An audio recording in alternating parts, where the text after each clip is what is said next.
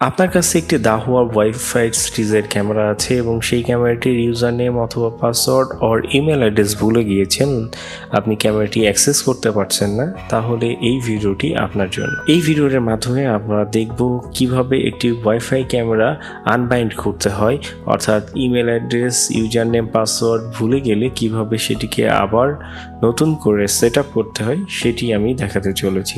চলুন দেরি না করে শুরু করা যাক।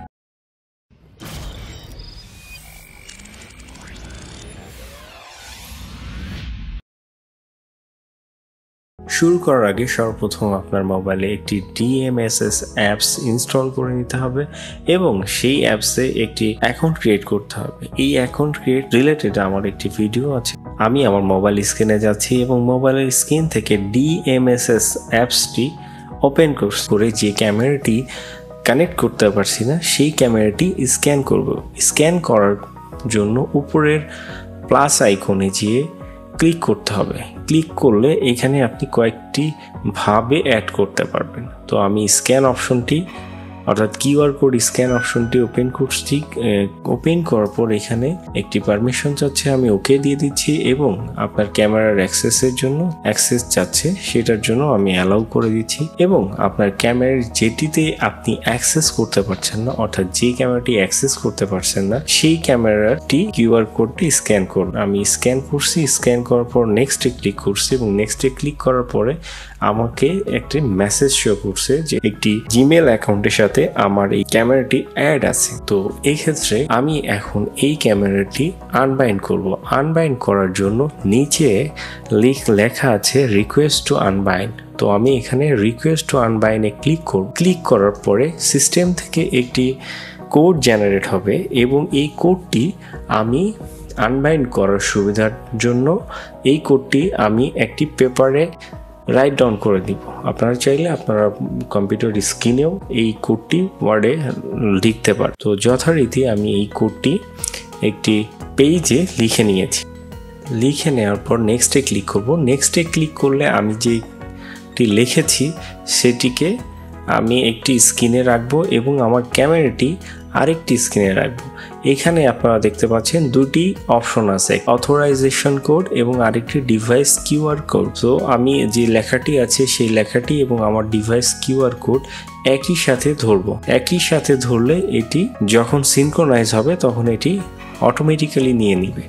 নিয়ে নেওয়ার পর এখানে আপনারা টিক চিহ্ন দিবেন। টিক চিহ্ন দিলে এখানে আপনি একটি আপিল করবেন, এখানে নিচে এই জায়গায় টিক চিহ্ন দিয়ে দিবেন এবং এটিকে সাবমিট ফর রিভিউর জন্য রিকোয়েস্ট করবেন। রিকোয়েস্ট করার পর কিছু সময় নেবে, সময়ের মধ্যেই আপনার ডিভাইসটি আনবাইন্ড হয়ে যাবে। আপনারা দেখছেন আমার ডিভাইসটি আনবাইন্ড হয়ে গিয়েছে, সাকসেসফুলি আনবাইন্ড। তো এখন আমি এই ডিভাইসটি আমার মোবাইলে যে অ্যাপস ইনস্টল করা আছে এই অ্যাপসে কানেক্ট করতে পারবো। তো অ্যাপসে কানেক্ট করার জন্য আমার পূর্বের ন্যায় প্লাস আইকনে যেতে হবে এবং স্ক্যান অপশনে যেয়ে এই ক্যামেরাটি অ্যাড করতে হবে। অ্যাড করার পরে নেক্সটে ক্লিক করতে হবে। নেক্সটে ক্লিক করলে আমার এটিকে ওয়াইফাইয়ের সাথে অ্যাড করতে হবে। তো ওয়াইফাইয়ের সাথে অ্যাড করার জন্য আমি আমার অফিসে থাকা একটি ওয়াইফাইয়ের সাথে কানেক্ট হয়েছি। এই ওয়াইফাইটি অবশ্যই আপনাদের 2.4Gতে কানেক্ট হতে হবে।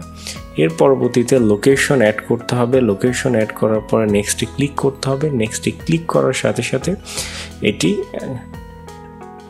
নেটওয়ার্কে অ্যাড হয়ে যাবে। নেটওয়ার্কে অ্যাড হওয়ার পরবর্তীতে আপনার এখানে একটি ইউজার নেম দেওয়া থাকবে, সাথে একটি পাসওয়ার্ড আপনাকে সেট করে দিতে হবে ডিভাইসে। তো এখানে উপরে এবং নিচে দুইটি অপশন আছে, দুই টাইম আপনি কি সেই পাসওয়ার্ডটি দিবেন। দেওয়ার পরবর্তীতে একটি নেক্সট করবেন। নেক্সট করার পরবর্তীতে আপনার ডিভাইসটি আপনার ওয়াইফাইয়ের সাথে কানেক্ট হবে। কানেক্ট হওয়ার পরে আপনার ওয়াইফাই পাসওয়ার্ড যাবে। আপনার ওয়াইফাই পাসওয়ার্ডটি দিয়ে নেক্সট ক্লিক করবেন। নেক্সট ক্লিক করলে কিছু সময় আপনাদেরকে নিবে।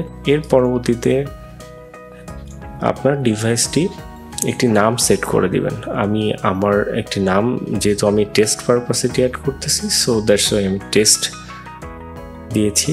এবং আপনার যদি অডিও এখানে সেভ করতে চান তাহলে অডিওটা টিক দিয়ে দিবেন। আমি নিচে ওকে দিয়ে দেওয়ার সাথে সাথে আমার এই ক্যামেরাটি প্লে হয়ে যাবে। আপনারা দেখছেন স্ক্রিনে আমি আমার এই ক্যামেরাটি আমার মোবাইল স্ক্রিনে দেখতে পাচ্ছেন। সো এইভাবেই আপনারা একটি ক্যামেরা আনবাইন্ড করবেন এবং আনবাইন্ড করার পরবর্তীতে আপনারা মোবাইলে DMSSS অ্যাপসে অ্যাড করবেন। সো আজকের ভিডিও এই পর্যন্তই, দেখা হবে পরবর্তী কোনো ভিডিওতে। ততদিন ভালো থাকুন, সুস্থ থাকুন, আল্লাহ হাফেজ।